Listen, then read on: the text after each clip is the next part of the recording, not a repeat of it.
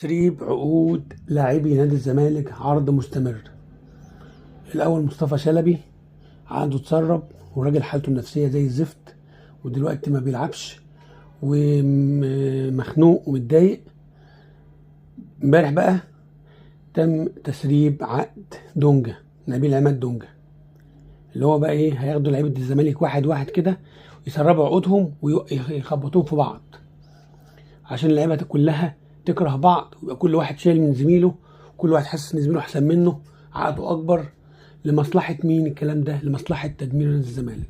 طب مين اللي في مصلحته تدمير نادي الزمالك؟ مين اللي بيخبط بالطريقة دي في نادي الزمالك؟ مين اللي عايز يدمر نادي الزمالك؟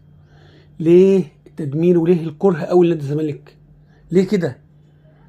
اصفوا يا جماعة، الدنيا مش مستاهلة. حبوا بعض، حبوا بعض. الزمالك ما عملش حاجة وحشة في حد، الزمالك بينافس بشرف.